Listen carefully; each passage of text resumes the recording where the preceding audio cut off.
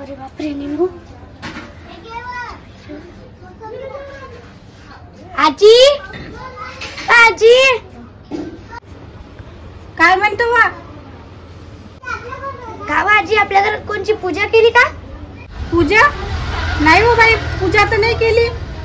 आजी हे पाय, हे निंबूले कुंकू हळद अक्षता आहे तिथं पडून कोणतरी आणले आपल्या दारात. आणि दाखव. हो बाई, कालही मला दिसले होते निंबू. माय असे रोज रोज निंबू कोण आणून टाकते व? आजी आजी हे पाय इथं बी होत ते तुळशीपाशी. कोण आणून टाकते बाई? कोण आणून टाकते बाई? कालही आणून टाकले निंबू. कॅमेराच लावून ठेवतो मोबाईल मध्ये. कोण माहित फाटकात माहितच पडते.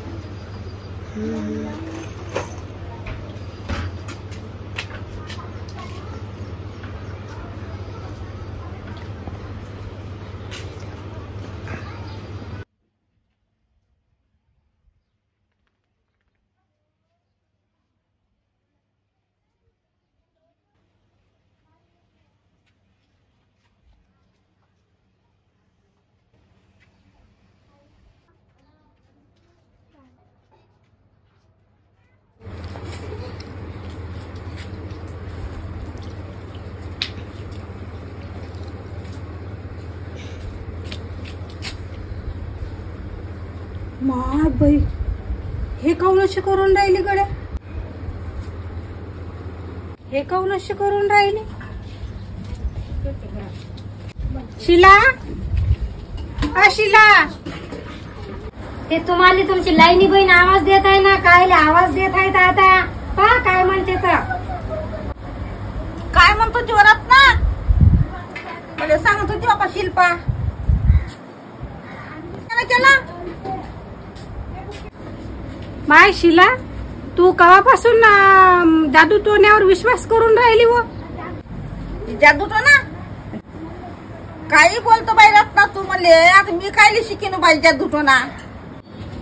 तू माया दारात 2 दिवसापासून निंबू आणून टाकून राहिली. कायच्यासाठी आणून टाकून राहिली व? निंबू मी काय त्या घरी आणून टाकू बाई निंबू? विश्वास नाही बसत ना? हे पाय मोबाईल मध्ये पाय.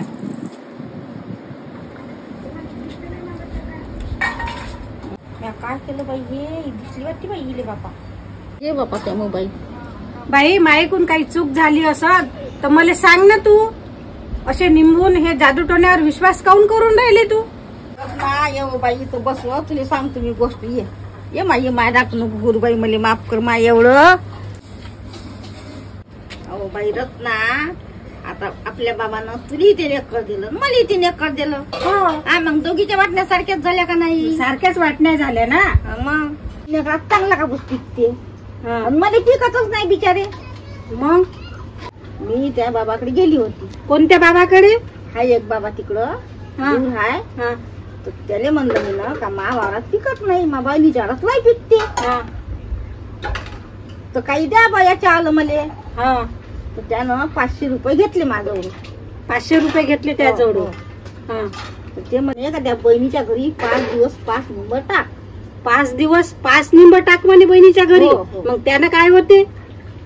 त्यानं म्हणे मग तिच्या वावरातलं पीक त्या वावरात येते म्हणे. म्हणजे माया वावरात पिकलेलं पीक त्या वावरात येते. वावरात येते आणि तुले पीक चांगलं होते असं तो बाबा म्हणे. मग तो ते म्हणे का बा त्या निंबाले हात लाव, तेच निंब त्या वावरात टाकून दे. म्हणजे ह्या निंबाले मी हात लावला आणि हे निंब जर त्या वावरात टाकले तर त्या वावरात लय पीक येते असं तो बाबा म्हणे. त्याला 500 रुपये दिले. बर असं होत असेल ना तर हे निंब घे, मी याले हात लावला आणि त्या वावरात नेऊन टाकून दे. पाहू आपण त्या वावरात पीक येते काय. तर बर येतो मी. ये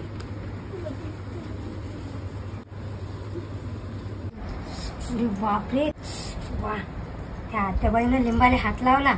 चला तर माझ्या सासूला म्हणतो आता. वाई, त्या आत्याबाईनं हात लावला त्या लिंबाले. आणा ते लिंब इकडं, मी आता आपल्या वावरात नेऊन टाकतो. वावरात नेऊन टाकून आपण पाहू आता. 2 गोष्टी ज्ञानाच्या सांगितल्या तर काय झालं आपल्याला? आपलं तर चांगलं पीक होईल. लय गर्दी झाली ना मग असं केलं तर. तुम्ही काही घाबरू नका, मी आत्ता वावरात जातो आणि लिंब टाकून येतो आणि मग पाहू आता याचं पीक कसं येते.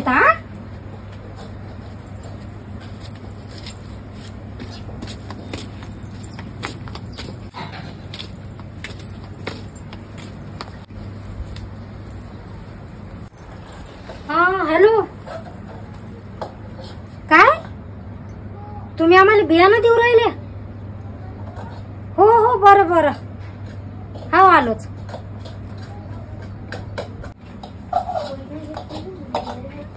इकडे या, इकडे या. काय झालं बाई, आता कोणती आपत आहे बापा? आता पहा ते लिंब वावरात नेऊन टाकल्याबरोबर आपला किती फायदा झाला. आत्ताच त्या बियाण्यावाल्याचा फोन आला होता का बियाणं घेऊन जा म्हणून. का नाही त्या लिंबाचं असं खरोखर ते बाबाने का खोटे नव्हते बोलत. 500 रुपये किलो म्हणून काय झालं, आपला तो फायदा झाला. आता आपल्या वावरात बी नाही का लय कापूस येण म्हणलं, आता त्याच्या वावरात नाही आहे तेवढं लय पीक येण आता आपल्या वावरात. चला चला बरं माझ्यासोबत, ते बियाणं आणाले, ते बियाणावाल्याचा फोन आला होता. चला घ्या. ओ बाई तूच जाय, मी काही येत नाही. मी लय थकली बापा, आता माझी बहीण झाली नाराज, माझं मन झालं सगळं नाराज. आता काय करू? बरं बरं राहू द्या तुम्ही, मीच जातो आणि मीच बियाणं घेऊन येतो.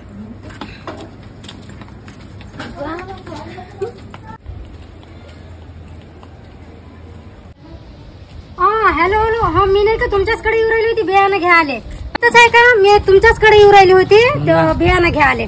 तुला थैल्या गेल्या तर नाही आणल्या, तू थैल्या कायच्यात नाही घेऊन जाशील बियाणं. थैल्या घेऊन ये घरी आणि मग घेऊन जा बियाणं. आता ओ दादा, तुम्ही तर आजपर्यंत बियाणं देत नव्हते आम्हाला, मग आता अचानक तुम्ही कसं काय बियाणं द्यायचं ठरवलं?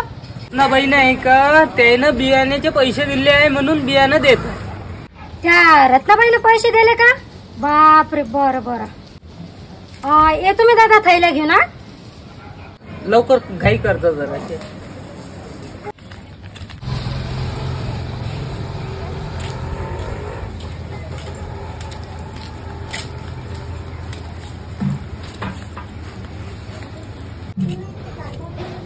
वाई, मी तुम्हाला किती पाहू राहिली इकडे तिकडं. वाई, तुम्हाला माहित आहे का, आपल्याला ते बियाणं नाही का ते वावरात लिंबू टाकल्यानं नाही भेटलं. ती तुमची बहीण नाही का रत्ना, त्या रत्नाबाईनं त्या बियाण्यावाल्याचे पैसे दिले म्हणून आपल्याला बियाणं भेटलं. हो बाई, घरी बाया आल्या त्या, बायानं सांगितलं मले का त्या बहिणीनं सर कर्ज फेडलं ते आलं. किती वाईट समजू बाई, बी माझी बहीण किती चांगली आहे व मोठीची किती दया करते बाई ती बाई. वाई, आता नाही का आपण ते माफी मागायला जाऊ त्या आत्याबाईची.